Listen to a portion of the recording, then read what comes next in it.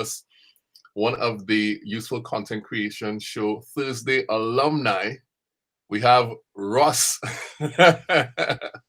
Brouse, you didn't expect that. You didn't expect that he was alumni, but he is. Ross, Alumni. Wow. yeah, I don't know. Is it alumnus? I think it's alumni. Is it not? When you I think so. Something like that. one of those things. Yeah, you've been on the Thursday show already, and now you're on the Saturday show. So for those who missed that Thursday show, Ross, please introduce yourself, tell the people who you are and what you're about. Yes. So my name is Ross Brouse. I run a company in New York, New Jersey called Continuous.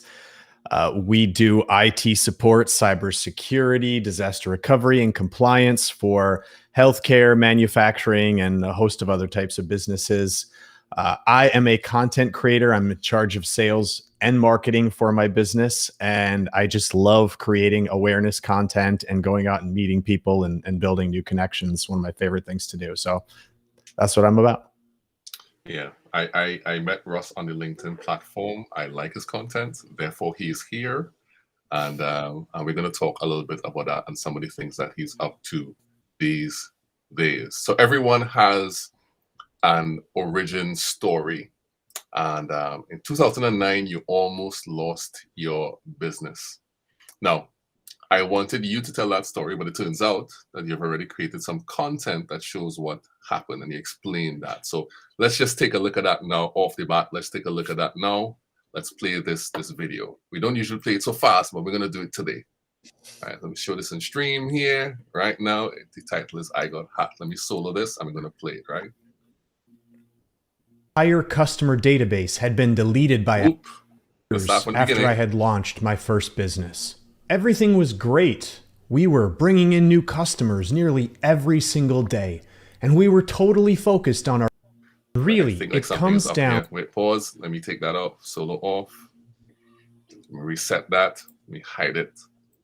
Reset it. Show it in the stream and go one more time. People often ask me how I got into cybersecurity, and really, it comes down to one specific moment.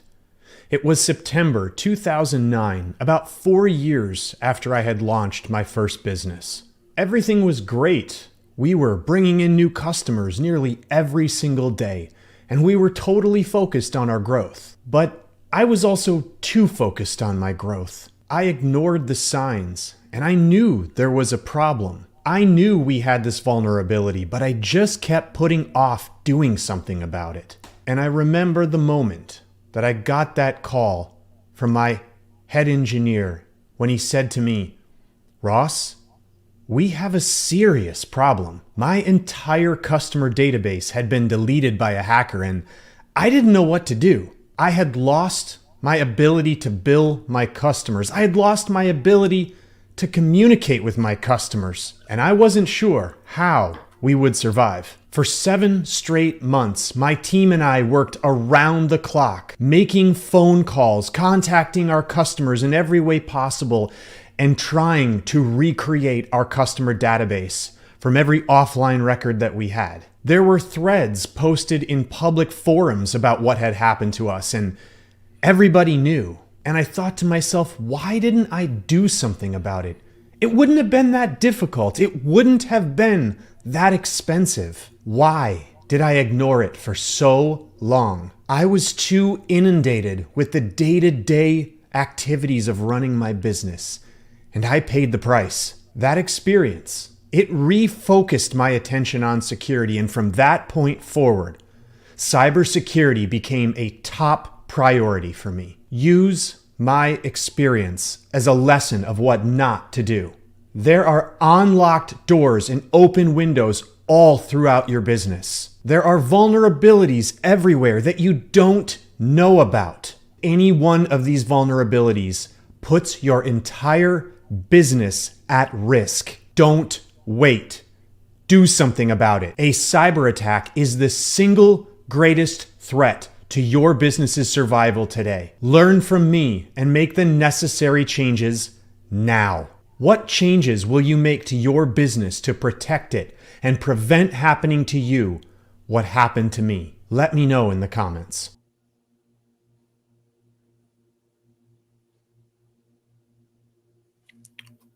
I think you're on mute. Again. It's Saturday. It's Saturday. Okay. All right. Okay. So, big question. Why did you make that video? So October is Cybersecurity Awareness Month. Every single year, we dedicate this month to bringing more awareness to what cybersecurity is, why not just businesses, but individuals need to care about keeping themselves safe online and the dangers and the risks that face them. And so I wanted to kick off this month with that video because I thought it was really important to let people know. People have been watching my content for a while. I thought it was really important to let them know that I've experienced this, that I'm not just out there trying to make money off of them paying me to protect them from something I know nothing about. I've been there. I've been down this road. I made the mistakes that I'm trying to save other people from making. And so to me, it felt like an appropriate way to start this month off by having that origin story and talking about what really got me into cybersecurity. And that was experiencing that loss on my own. Yeah. So this video is clearly different, has a different feel to your usual videos. So I'm seeing some deliberate choices that you would have made and in how you chose to deliver it. So I'll hold my observations, but I want you to allow me to tell me why you chose to create this piece of content in the way you did and the specific things that were different from your usual content. Yeah. So one of a person who engages with me a lot, his name is Neil, and he is based out of Toronto, Canada. He picked up on this. He was the only one to pick up on it yesterday when this video went out. And that was the choice for why I made the video in black and white. And he made the comment that cybersecurity is a black and white issue. You're either doing something about it or you're not. And I was like, that's great that you picked up on that. I wanted it to be very simple. I wanted it to be very straightforward. And I wanted it to be stark in my message. I didn't bring in comedy. I didn't bring in, fun, cute personality. This is serious. And, we all joke about awareness, or we all not joke. Joke's not the right word, but we talk about it. Oh, it's this awareness month. It's that awareness month. But real awareness comes from having the understanding of the risks that face you, or the risks that face a group of people or a company or whatever when it comes to any one of these topics. And so I really wanted to take it as seriously as I possibly could. There are 20 more pieces of content coming over the next 4 weeks of this month. I have never done an everyday piece of content. That will be the case for the month of October. Just because I want to hit on what I call the 20 layers of the onion. And some of those will be fun, and some of those will have some comedy that I like to put in with my character, Carl. But this one, I wanted to start off very seriously and just make sure that people understood that there are real and present risks that face them and their businesses. And like me, it was really easy to just get focused on what you're doing. I'm bringing on new customers. I'm caring about my profit. I want to offer new services. And, you forget that you have to be defensive at sometimes. You have to put up certain levels of defense if you want to protect yourself. You can't just play offense. In this case, where offense becomes a good defense is when you take the proactive approach to making these changes before something like that happens. So my choices around it were to take out the music because I felt like it would be more important, or it would sound more important if there was no music, was to go with black and white. And then it was a little bit longer. It was really the story of me and being very serious. If you notice, I'm deadlocked on the lens of the camera. I'm like staring, like I want that eye contact to be like, I'm looking right into you when I say this message. Yeah, those things were clear. The removal of the music was stark because that's not your usual jam.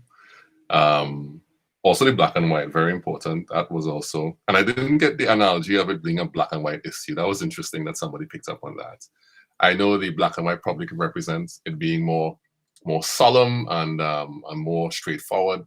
And but that specific thing I didn't get. That's a good thing that you said that. It's interesting. And it feels that way. So this is for all the people to know. This is not the usual the package that his content that Ross's content gets delivered in. So This is a nice solemn one. We'll get into another one that contrasts that, actually one of his favorite videos, in a second. But I just wanted to bring that up and bring up the fact that, you made some deliberate choices to deliver your content in a particular way to achieve a particular goal. And that's why, you have to be aware of how you're doing your content and the structure of it. Right. So Garen Parkins, one of our favorite people on LinkedIn, is saying, hello to all my favorite people. We cannot display those comments from LinkedIn here this Saturday, but Garen is saying hello. Hey, Garen. What's up, Garen? What's up? What is the deal? And so what did it take for you to plan for this entire month? Like, what did it take? So it kind of worked out nicely, because the way the month fell was yesterday being the first day, and then we have 4 solid weeks. So if you think about it from a content strategy, it was 4 solid blocks of 5 days.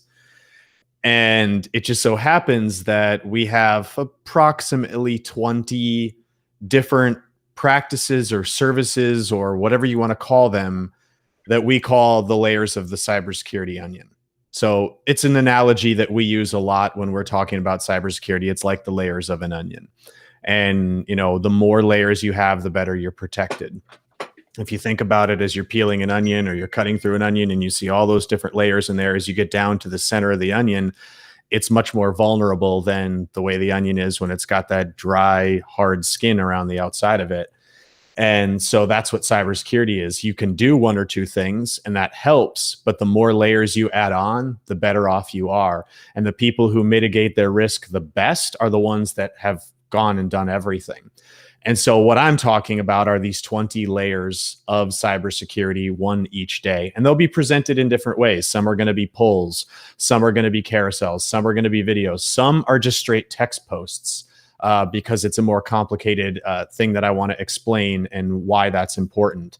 And so if you're following me and you want to learn more about all these different ways to protect you, your business, whatever, in the cybersecurity landscape, that's what you need to pay attention to, is what each one of these are.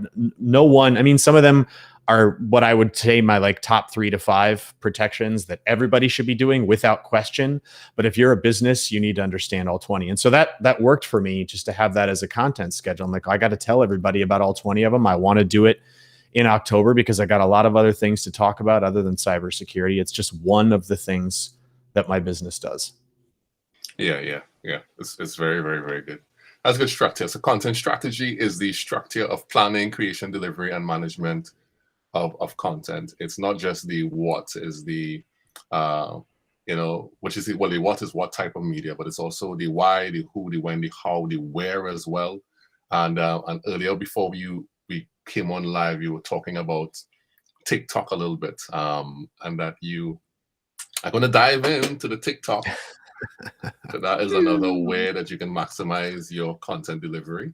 Why TikTok and why now? Why not?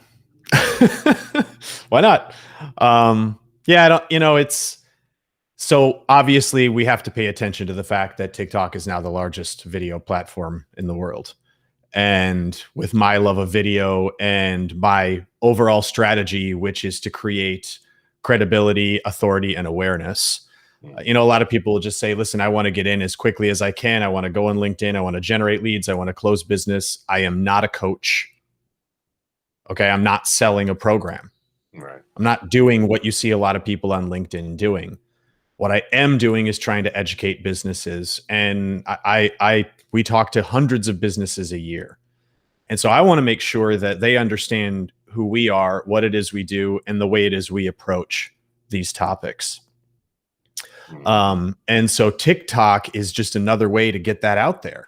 And with the way that it's growing and what I'm hearing from people who I trust, who have spent a lot of time in the platform, the number of business people that are on that platform is growing quite considerably. And so that's straight video platform. And I figure, well, if I'm going to create videos on LinkedIn, I might as well repurpose that content and put it out on TikTok. Now, very different on TikTok. You can't create like that video. And this is funny, but that video yesterday, it did pretty well. Video views are way down on LinkedIn, but I think it's getting close to 700 views now on LinkedIn, which for how videos have been going lately is actually pretty good. On TikTok, it got 2 views. Oh my. Now, what's interesting about that is that you can't launch a video like that on TikTok. You can't position it that way on TikTok. Nobody will watch it. Nobody will pay any attention to that content. And so now I knew that going into it, but it's about a discipline. And so one of the things that I was working to figure out is how can I take my content and repurpose it properly for TikTok? Because you can't post a video like that out there. Now, some of them have done well. I've got some that have 1,500 views on TikTok, some that have 100 views. And I've been spending more time lately. I've recently worked with a coach who's helped me quite a bit to understand how things work differently and how that platform really is attracted to different types of content. I think I got that a little more figured out now. And so some of the content that will come out over the next month that is on that platform will look like a proper TikTok video. Yeah, I have a TikTok, and you want to get so much videos on there? I got to follow you then. I didn't know you had a TikTok. That's why, because yeah. zero. Okay. Because I feel the same way. I feel like I have to format it properly. Yeah. Gabe Leal is, hey Gabe, hi. Gabe is saying hello on LinkedIn, hashtag BCC Live. Hi Gabe, what's up? Thanks for dropping in and sharing your love with us. We appreciate that. Yeah, I have like zero videos on TikTok, but that's for that same reason. Is that I know I have to figure out how am I going to format this thing to make it relevant to the platform, which is some people miss that. Some people are just like, well, I'm just going to take this content from here and I'm just going to throw it across in this other place. You know, in your mind, which is more important? Otherwise, you're just throwing out content that's meaningless or just whatever. Now, there's plenty of that going on TikTok. But if you watch any of the creators on TikTok, they all have a very consistent theme. They are doing things consistently over and over, always talking about the same topic. I don't think that's different between LinkedIn and TikTok. But it's not so much when. I don't think it makes any difference when you launch a video there. I think it makes a difference what your message is and how the attention span on LinkedIn, like I can create a video like that and people will watch it. It's 2.5 minutes long. People will watch it. They've got a much longer attention span, still short, but much longer on LinkedIn. The attention span is literally microseconds on TikTok. And if you don't do something right off the bat that gets them to want to watch it, it's just swipe, swipe, swipe, swipe, swipe, swipe. That's it. And it's not even like LinkedIn where it's scrolling and you can see, oh, wait a second, what was that? And you go back. Nope. It's just swipe to the next video. That's it. Gone, done. No more views. And the way they look at it is very, very different compared to LinkedIn. The algorithm works very, very differently. So yeah, you just have to have a different mindset when you're going into that. Here's the thing, and I think this is interesting. I think you can make a video for TikTok, and I think it'll still do well on LinkedIn. Oh yeah. I've seen people do that. And Stephen G. Pope, who I like to reference these days, he's done a lot of that. And I think the propensity for virality on TikTok is much higher. Yeah. Well, and it's, and there's a lot of, it does not. So LinkedIn has the professional undertones to it, and don't curse and don't do things like that. And you're going to see that all over TikTok. It's an entirely different platform. It's just, but that doesn't mean that there aren't people on it. And so my thought process is if there's another opportunity for you to see my face and I'm really not having to create content twice, that's another opportunity. The same thing goes for Instagram. I had a post do extremely well on Instagram earlier this week, and I was sitting there scratching my head going, this post is dumb. Like, why are so many people liking this? It's had like 800 views, and like all these people are liking it. I'm like, what's going on? This is the dumbest post ever. I didn't see it. What was it about? Well, it was the same thing I posted on LinkedIn on Wednesday, which was just hey, this is what I'm going to do in the month of October. And so I was like, it just said cybersecurity is a joke, which was obviously an attention-getting headline. Yeah. Really, what I'm saying is that it's a joke because people don't take it seriously enough. Yeah. But I'm just sitting here going, like, for like 48 hours, my phone is blowing up with another person liked, another person followed you, another person liked, and I'm going, what's going on? Yeah. So Figured that out later. Figured out what was impactful about that video later that made the difference. But that's what it comes down to: is you have to understand each one of those platforms and what is going to get people to react to things, and it's different in each one. Do you think virality is dangerous for somebody's content strategy? I think it's dangerous for somebody's mindset. If your goal is to go viral, then I think you're in it for the wrong. Well, let me retract what I was about to say. I can't say you're in it for the wrong reasons, because maybe that's your whole goal. Maybe your whole goal is just to get tons of attention. I don't, unless you're going to become some ridiculous influencer that's got millions of followers and people are willing to pay you to put on their products or talk about them, then for a business, I just don't see the benefit. The benefit is being visible to your target audience, because they're not going to pay you through social media. They're just going to know about you through social media. They're going to pay you because you called them, or maybe you sent them another campaign, or you met them through a networking event and they knew who you were. And so there was that connection there. So and my offering it's a high dollar offering. I mean, we do longer term contracts, 1 year, 2 years, 3 years. People are paying much, much, much, much higher amounts. It's not something you can just go check out on an e-com platform through LinkedIn. It doesn't work that way. And I don't enter into those things quickly anyway. You couldn't talk to me for a day or two and hire me.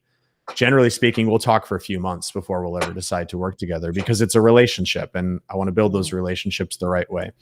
So I think going viral is fun. It's a good boost for your ego, for, just feeling like everybody loves you, but it isn't going to generate any business. Yeah.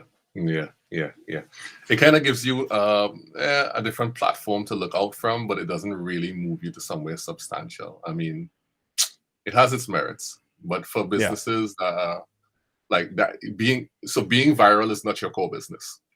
No. It's something totally different.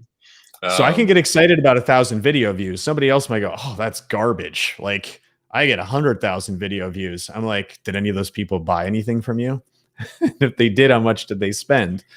1,000 views of the right market is way better than 100,000 views of the wrong. Yeah. We can quote that. 1,000 views of the right market is way better than 100,000 views of the wrong one. Is that the quote? Yeah, good. That's what I make sure. That's it, right. I'm sure somebody else has said that. There's nothing original.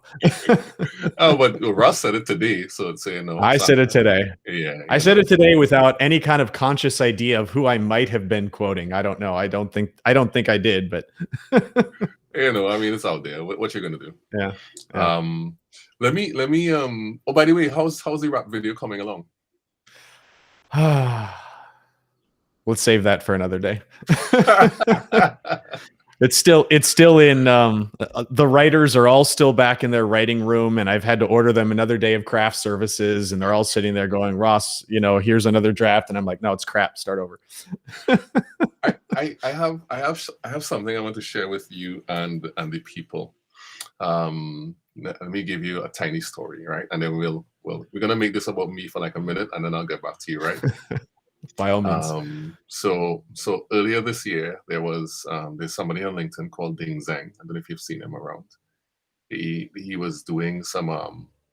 He said, I have this ticket for this conference that I'm giving away, but in order to give it away, somebody has to rap for it. Now, it's very important. That's very important. That's very relevant, because Ding Zhang is the rapping salesperson. He's one of the rapping salesperson, right? So he raps. That's what he does. And so I said, I like that. I was coming out of music production at the time, and I was like, hey, let me try something. Let me go ahead and do it. And I did it. I did it. It was private, and then I posted a video about how I did it, and then I took the video down because it didn't fit with the rest of my content. So you've never seen it, but today I'm just going to share it, just for some inspiration. All right, awesome. Just for some inspiration. Today I'm going to share it. Let me see if this works. Let's see if this works. I'm going to show it right here. All right. So the person's name is Annie Duke. It's a replication. It's an application. There you go. So, so let me show it so that you all can see. And so we play it. Yeah, here. What do you mean we're not supposed to have skill for this? This is what I do all day, every day. Well, apart from branding and creative direction and video and so on. But anyway, that's not important. Let's get into it. Ding zing, you don't know what you're gonna do. There's high stakes for this class, so I made this video. I don't gamble, but what I gotta say is all the chips I got are cashing in today. It's a master class, so I came here to blast. Opponents falling not up to the task. I'm schooling fools, so welcome to my class. You got the chance, but y'all be saying pass. It's exactly what I would do if I was in my shoes and had to face me too. Don't get it mixed up, but don't misconstrue. This ain't a board game, but you should get a clue. Cause the beat on this rhyme getting wavy, while the in neck deep shot and save me. Everything after this is just gravy. I ain't a slot machine, so don't play me. So the last thing I have to say, put reserve on my seat today. Me and Antidote gonna hate it off. You made the right choice, so you're better off, yeah. I done crushed it. Give me the seat, man. The ticket's mine, man. I done crushed it. Give me the seat, man. Give me the ticket, man. It's done mine, man. I done crushed it. Give me the seat, man. Give me the ticket, man. I done crushed it. Woo! Nice. Yeah, I thought I don't know how inspiring that is, but hopefully. I don't know why you took it down. Like, I don't know. So I just want to make a quick comment about what you said before, because you said you didn't feel like it fit with the rest of your content. But here's the thing. If you create any kind of content, you do it for a reason. There's some reason for that. You do it because that is part of you. It's who you are, and it's something you wanted to do.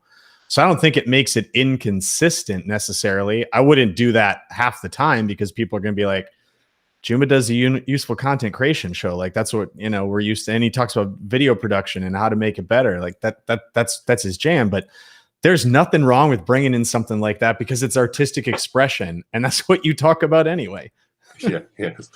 I think the challenge. Wait, let me just clear my throat. Let me clear my throat. I think the challenge with that video wasn't so much the rapping, but it was more of what I did it for. So I did it to win the seats, and then that was gone. Listen, here's the truth, right? And I hope Ding never looks at this. I didn't really want the seats. I didn't really want to go to the conference. I just I could just rap because I want to. Yeah. Because that's a thing, And the beat, I made the beat, so I was like, I have this beat, might as well. I can do it. I can do it better than a lot of people out there. Might as well try. And so just like you, I am going to do another video like that in the future. Nice. So we'll see. Maybe we can collab. I don't know. There we go. I don't think I could ever do it like in front of a live audience. I mean, I've got to write the whole thing. I'm going to record 7 takes for each little bit. And it's going to be video trick editing that's going to actually make it sound good. Not because I could actually do this. I don't have any talent there. We all have our ways. Game is saying, still dropping those schools. Let me clear my throat. There you go. Yeah, it's game. We know about that.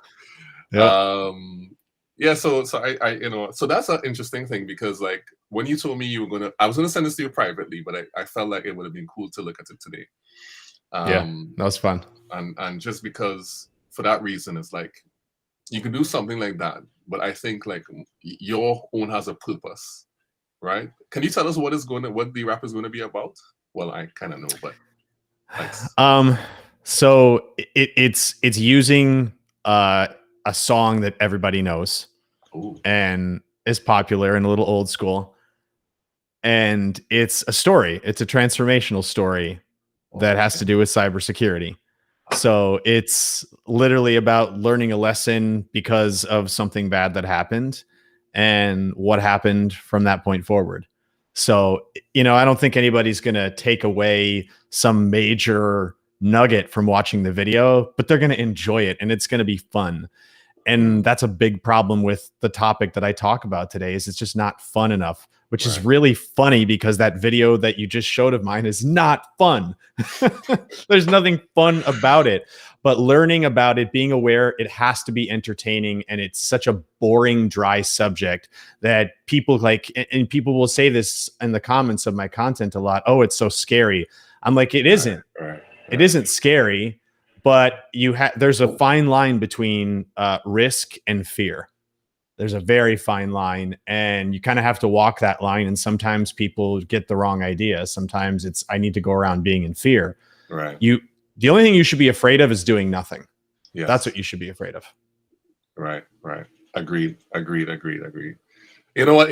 Let's make the people feel a little better. Let's introduce them to Carl. All right. Let's make them feel a little better. It doesn't have to be scary. This is very relevant. Let's play a video with Carl, and then we'll talk a bit more about some of the things that you said about this before, right? So let's show that. Ooh, this is a good one. Let's see what Carl has to say today.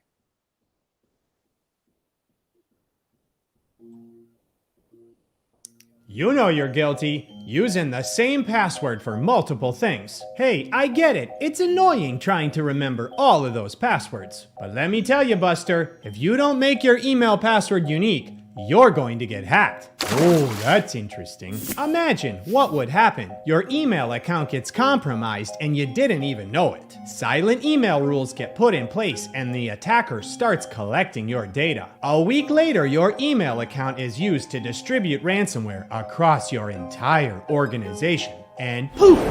Your data? It's gone. Holy buckets! But let's think about this for a sec. How long would your business be down? What would you say to your colleagues? What would you tell your customers? So there you are, unable to run your business, and your company's reputation? Severely damaged. Oh, crapola! So here's my word of advice. Stop screwing around and keep your email password unique from all other passwords. And for heaven's sakes, enable multi-factor authentication already. You betcha. Do you make your email password unique, or do you not know what the heck I'm talking about? Let me know in the comments below. I'm loving Carl more and more every time I see him. Yeah, and I invented him because funny story about Carl's name. I'm from Minnesota. My heritage is Norwegian, it's English, it's Irish, it's Scottish, basically that whole northern part of Europe. And so in Minnesota, there's a huge Scandinavian, so much descent from Scandinavia. And so you'd see a lot of names that would normally be spelled a certain way are spelled differently. So Carl starts with a K, and that's just, it's like a very Nordic thing. And I'm in love with the Coen brothers, all their movies. And one of the reasons that I actually went to New York University Film and Television was because of the movie Fargo. And when I saw the movie Fargo, I was like, oh, I want to make movies like this. And if you've never seen it, it's a caricature on the Minnesota accent, and it's super violent and crazy, but it's hilarious, like in a Pulp Fiction sort of way. And so one of the main characters of that movie is a guy by the name of Jerry Lundegaard. And that's how he talks. And so I love that Lundegaard. And he's just like this Weasley little dude. And so I wanted to use that G-A-A-R-D part of it. And then I wanted to bring in that word oofta. And so it was kind of this play. It was Carl and oofta, which is what happens when you get hacked. It's oofta. We got hacked. What do we do now? Guarding against being that. And I love that last part of the name, guard. And it's spelled G-A-A-R-D. So Carl Ooftegard was born as a way to talk about cybersecurity that's more entertaining and more fun and doesn't always have to come across as scary. Oh, that sounds great. That's a great story. Ooftegard. I spelled it wrong, by the way. I tried to type it in by myself. Spelled it wrong. Well, that's why I put that little lower thirds up every time Carl's talking, so you can say that Carl's the cybersecurity expert that apparently I'm not. He knows way more than I do. Yeah, yes, clearly. His glasses are in a bit worse shape, but he knows a little more than you. Yeah. Do videos with Carl have better engagement? I don't know. Engagement's funny. Engagement's really funny. I've had the first Carl video I did, the first time I ever introduced him, it got great engagement for the time. I had people watching it who had not, or reaching out to me or commenting who had not before. And they loved it because I think it was a change for the type of content that I do. And I try to keep them. I usually don't use Carl more than once a month, sometimes twice a month if I've got a really good idea. I'm actually working on a Carl video. I haven't finished it yet. It's supposed to come out next week. I haven't finished it yet because I'm just putting way too much time into it. But yeah, I think that people appreciate that it's a little bit different. I think they appreciate that it's not just me sitting in front of a camera going, you should do this and you should do that. And here's the problem with this, because there's only so much of that you can listen to before you start to tune it out. Yeah. Agreed. I think having something being told to you that people find scary in a way that is more palatable and fun doesn't take away from the seriousness of it, because serious and scary are not the same thing. So it causes people to resonate, and especially if you have somebody who can deliver it in a way that is like, like it's fun, then right. that makes complete sense.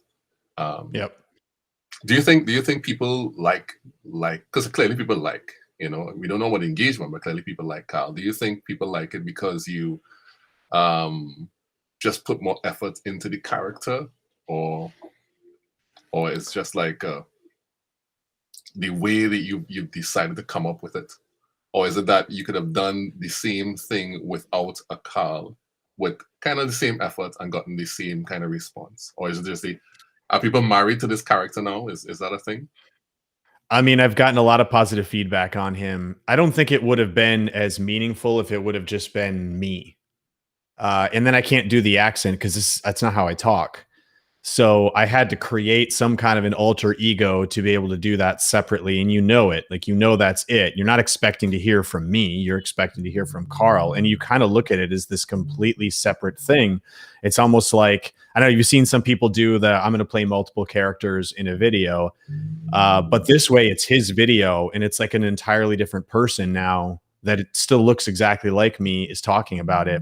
I think that the accent definitely helps. I would always joke when I moved to New York, I'd say, hey, I'm from Minnesota. And people go, oh, and I'd say, yes, I'll be here all night. Thank you. Because, there's an attraction. There's somebody from Minnesota. Not many people from Minnesota end up in New York City. Like, this is weird. It's like a novelty. Was it Tina Fey who was doing that accent as well? What's that? Was it Tina Fey who was doing a Minnesota? Oh, that was Sarah Palin. Okay, no, it was a different thing.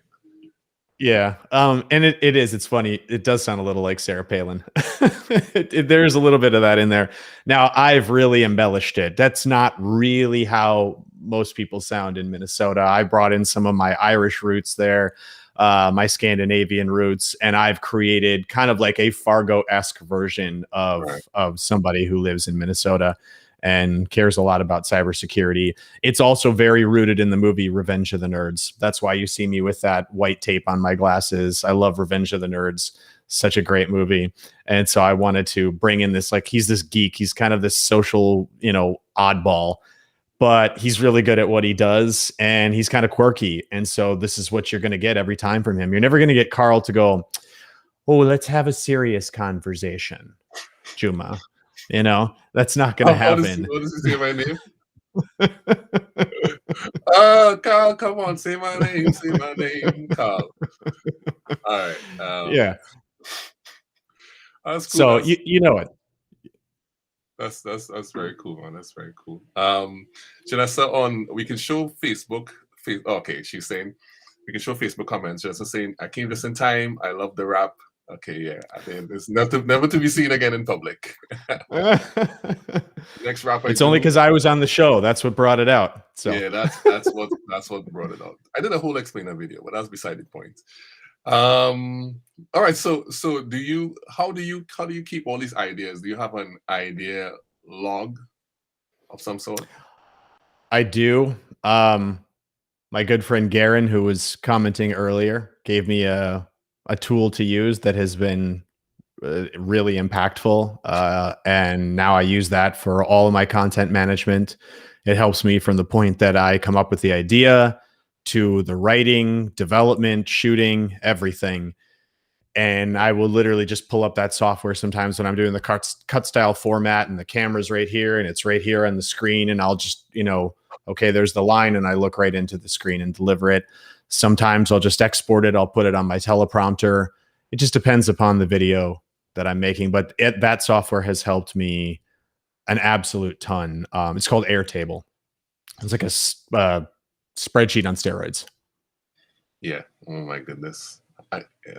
We were supposed to talk about that, so it's a good thing you brought it up. Let me just say hello to. Okay, I don't know how to pronounce your name. I'm gonna say Amith. I don't know how to pronounce your name, but you're on LinkedIn and you're saying hello, right? Hello. Nice to see you. Yes, it's nice to see you as well. On hello from LinkedIn. LinkedIn. I'm putting a TH in LinkedIn. What's happening with me today? Yeah. Airtable. So let's talk a bit about Airtable, because I want to get into it. I have not gotten into it. It's been Garen, it's been Stephen, and now it's Ross. It sounds like an episode of Friends telling me to get into Airtable.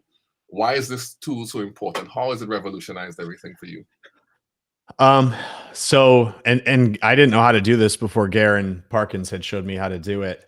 But my company has a Microsoft Teams environment, and so I've got a channel in Teams, and I write myself an idea. Like if I get an idea, I'll just be on my phone and I type it in, and then it automatically uses a Zapier connection to dump it into Airtable. And so all these like URLs and ideas will all show up inside of Airtable.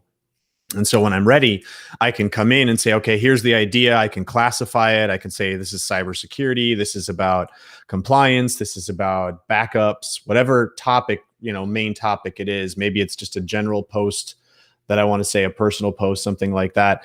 And then I can come in there and develop it, write the script, and you can format it any way you want. You can have any column that you want. So you can say, here's the headline. Here is the transcript. Here's the call to action. Whatever that is. Then when you get all the way through, you could say, well, I want to attach the video. I want to attach the thumbnail. I've got another field where I just tag which social networks we're going to post. So when my assistant comes in, he says, all right, here's the social networks we're posting on today. Here are the versions I use for each social network. And I just know exactly what to do. And then he's got exactly what he's supposed to dump in, because I don't do any of the posting myself. I do all the commenting. He doesn't do any of that. That's always me. So some people don't do their own commenting. I do 100% of all my own comments. If you comment on one of my posts, you are getting me. I'm authentic that way. But he goes and takes care of the posting for me, and I just prepare things for him and get it ready. So Airtable really lets me line that all up so that it's ready to go, and it lets you build it out on a calendar. So I can show the entire month. You'll see every piece of content, what it is. All he has to do is go in and click on it, copy it, put it into the social network, and out it goes. Yeah, that's amazing. I've seen it in action with Stephen G. Pope, and Garen clearly uses it. And so I'm not that I'm not convinced. I am convinced, just like you. I don't know how long it took you to get into it, how long it took you to learn it, but do you think it's a week? A week. About a week, and then I just got better at it and made all kinds of modifications and progressively get better at it because we're using it every single day. And they'll go, oh, that's not working. Let's go tweak this. Let's go change that. And it's modular. So you can move things around and you can make adjustments on the fly without ruining any of your data. And becomes this entire database for all your content. All my videos are up there. I've got a whole display, which I could even share with somebody and say, here, go look, there's all the videos. You can just watch them. Yeah, that's amazing. I want to really get it. I think over the holidays, like at the end of the year in December, I'm gonna do that. So I may be DMing you and saying, "Oh my God, I'm stuck." It might happen. Yeah, well, go for it. I might be playing some video games. That's a good segue. Talking about displays and video games, you showed me a setup earlier, and you said it was okay to share it with the people. Would you mind switching across and showing them what you're working with? You told me that you had how much? 144 gigs of RAM. 144 gigs of RAM in my Mac here that I'm on right now. So I just got to give a shout out to Mr. Garen Parkins again, because he showed me how to do this. I didn't know how to do this until he showed me. But I'm using my nice Garen. I know he's the man. He's the man when it comes to this video stuff. He's such a dude's dude. You know? Oh, So this I'm using a Stream Deck, which you'll see when this comes on, but I'm easily able to just change right over to my iPhone here, and you can kind of see my setup. So I've got the Stream Deck down there. You can see to the right my audio mixing devices, the mic that I'm currently using, which is my Shure. And then I've got my iPad for where I do all my note taking. And then I've got my two 4K and my 5K screens here. And this is where I do all my video production. That's my camera system. I'm really into home automation. So my home's all automated. And yeah, there you go. That's the setup. You can see the computer down here, the cheese grater Mac, which is powering everything. That's lovely. That's lovely. It's great to see. I mean, I don't want anybody to get intimidated. We know you talk about using whatever you have, but from time to time, let's just see some stuff that we can aspire to. It's good to see that from time to time. I left out this part, and everybody asks me about this, so I'll go back and show you. But the camera, everyone always asks me, why do you use this camera? I don't use a mirrorless camera. I actually use a Panasonic 4K camera. That's what I'm on. I get a ton of compliments on it. And then I actually use these Elgato key lights, which I absolutely love. They are absolutely fantastic. You can control them from your computer. Everything is right there without me having to get up and touch another device. So yeah, fantastic stuff. Yeah. The only thing I love the Elgato lights. I think for me, because I've done, and I'm preaching to the converted because you're a film guy.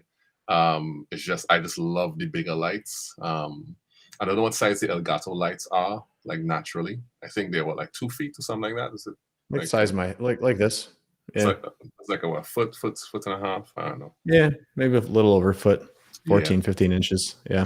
I just love the big lights. The big lights for me are nice. I think that I was going to say something about your setup. Oh, it just flew up my brain. It's porous like the cheese grater Mac.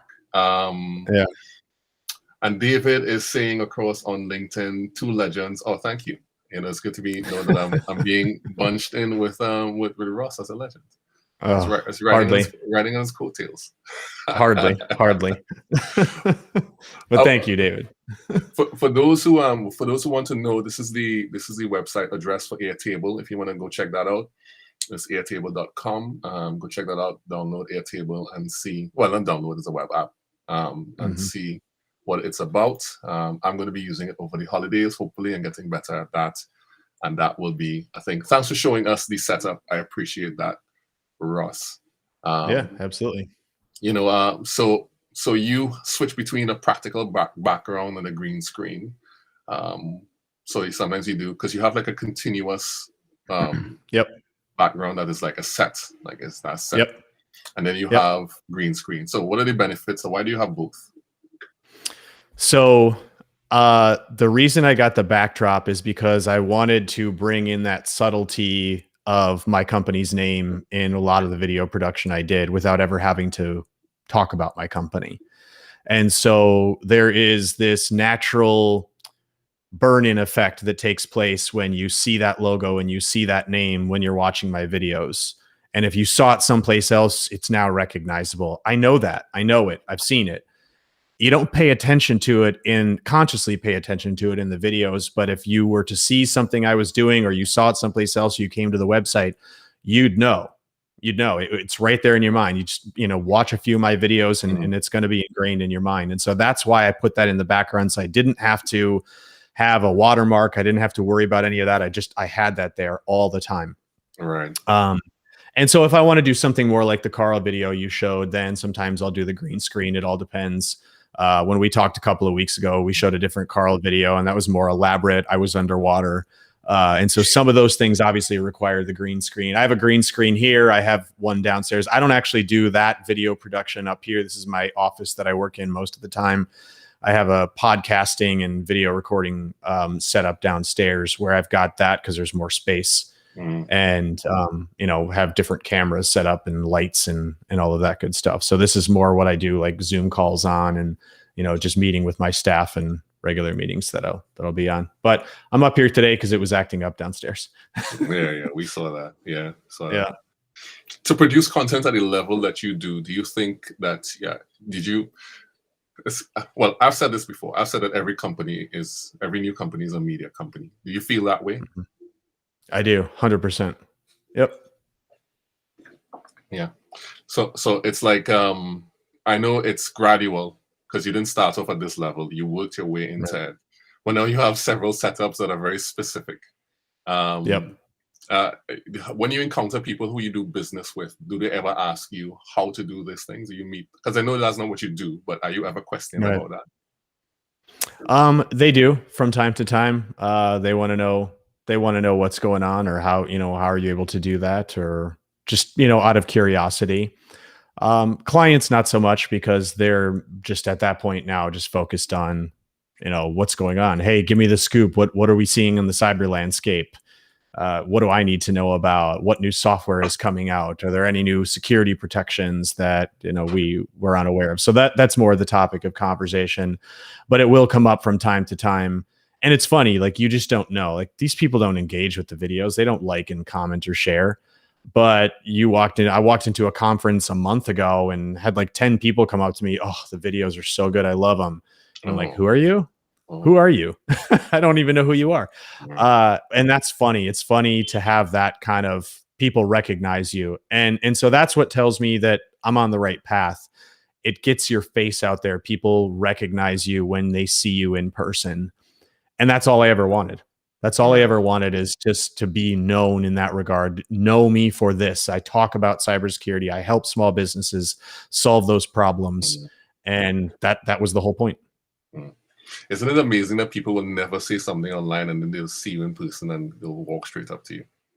Yeah. Well, they don't have a confidence online. They don't know how to do that, or they're not sure the majority of people that are using social media, especially LinkedIn, have no idea how to do that. Yeah.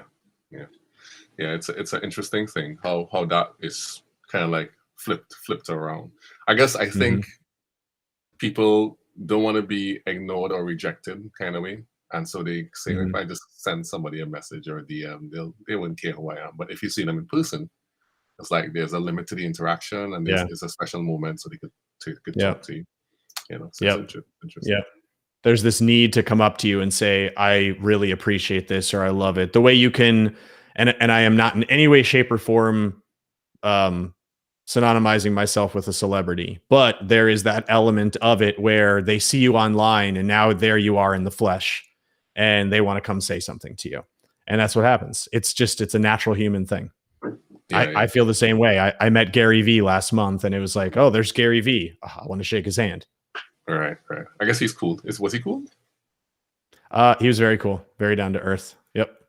All right. Nice. Excellent. Dana is saying hello across on LinkedIn, #UCC Live. Dana is one of our faithful members of the Useful Content community. Hey, Dana. Dana Rambaran. Hello, Dana. Thank you for jumping on and saying hello. I appreciate that.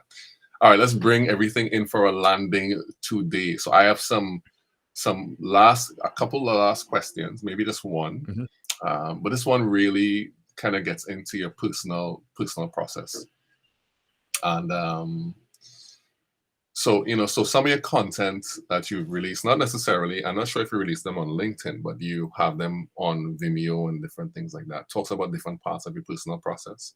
So you've made videos on self-image, right? And you struggle with things with like weight, and you're overcoming fear of public speaking, and I can see that all of these things you're generally genuinely trying to share your process. But if it doesn't, and here's my question, but if it doesn't directly relate to business, why do you think it's even important to make those videos? I think that what you do as a person dictates what you do in your personal life dictates everything. I have a phrase or a quote, and this is my quote. I did actually write this, that you can't be truly successful in business if you're unsuccessful in life. Right. And my transformations that I've gone over, and you know, a lot of people don't know this because I wasn't big or doing any, I wouldn't say big, but I wasn't doing anything in the LinkedIn community at the time. And so people didn't know, but I was participating in other communities and people did know it. Is that I struggled with my weight for a very long time. I struggled with my business and how much time I spent working. My family, you know, I missed big chunks of my two daughters growing up. And I had to get those things figured out. I had to get a focus on how to control myself personally and how to put certain things in place. If you look at my links, those actually are on my LinkedIn. They're just much older, back in April or May. If you look at some of those videos, you'll hear me talk about things like time. You'll hear me talk about things like weight loss, because those were important. Those were important tools. Those were important mindset changes that I had to go through to figure out what I wanted to do in business and how I could really help people. And I don't think that you can just be really, really successful at your company and then be an absolute basket case in life. Yeah. You know, it's, you have to eat right. You have to get enough sleep. You have to drink enough water. You have to get exercise. These are all things that shape how well your mind works and the level of value. That words become dirty, but the level of value that you can give to other people. If you don't have those things right in your own life, you don't have anything to give other people.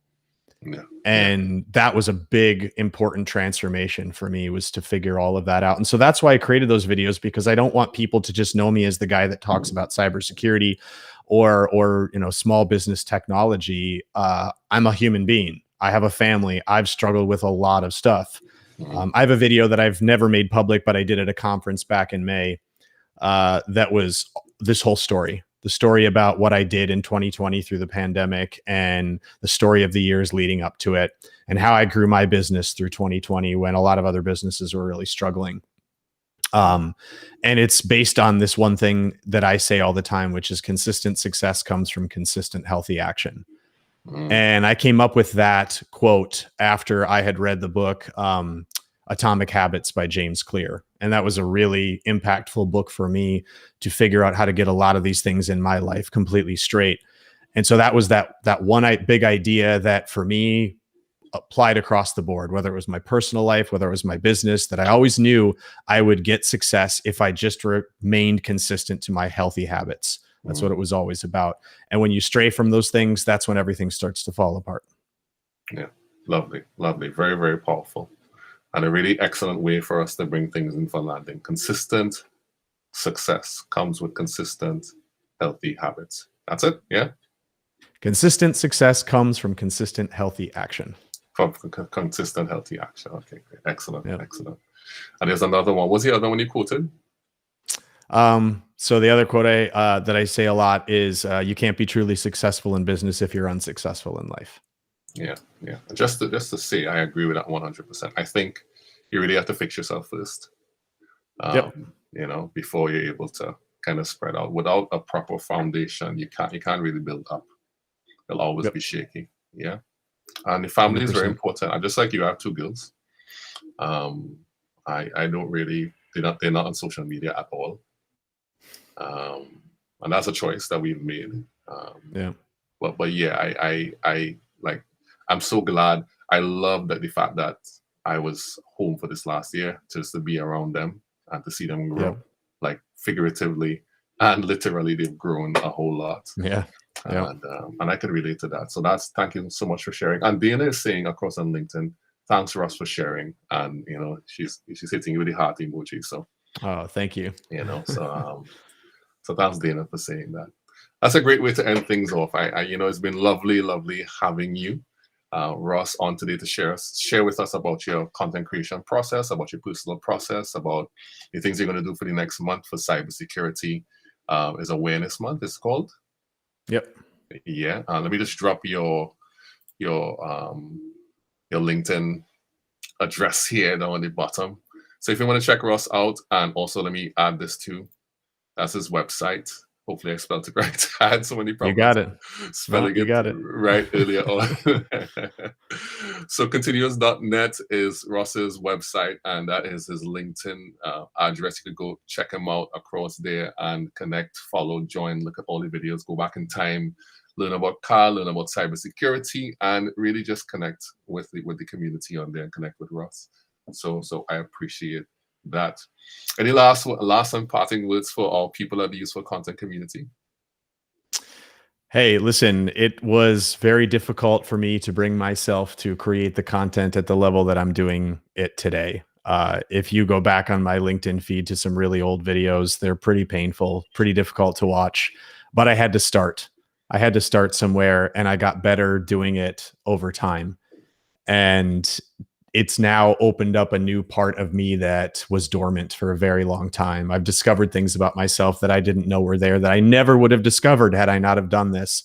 So if you're considering making content, understand that it's worth the time and the energy, if for no other reason than just to discover a part of yourself that you didn't know was there. Yeah, I can agree with that 100%. And that, by people, is Ross Brouse closing us off with some parting words of wisdom and encouragement. I could take that for myself too, because everybody needs a little encouragement all the time. Yep. It's muy importante for that to happen. And hello to Carl, to Uftagard, by Carl as well as Alter Ego. Thank you coming so much. To a small screen too soon. yes, coming to a small screen too soon. You never know, there might be a whole feature film on that. So looking forward to your rap and for all the other content you're going to release this month in different formats and different ways. And thank you so much for being on. Thank you to the Useful Content community for coming out and supporting and commenting. Thank you to Dana and David and Amit and Gabe and Garen and Janessa and everybody else who turned up and looked at the video. You'll have a wonderful Saturday, and some places it's already Sunday, some places it's probably still Friday. I don't know if that's the case, but let's just say that. And thanks so much for coming on. Let's just jam out a little bit. Are you hearing this music? Are you hearing the music? Okay. No, you're not hearing the music? No, not hearing it. Oh my goodness. That's me. I'm gonna sound terrible. I didn't set it up right, but that's okay. That's okay. So we're gonna end off now. Thank you so much for coming. Bye everyone. And see you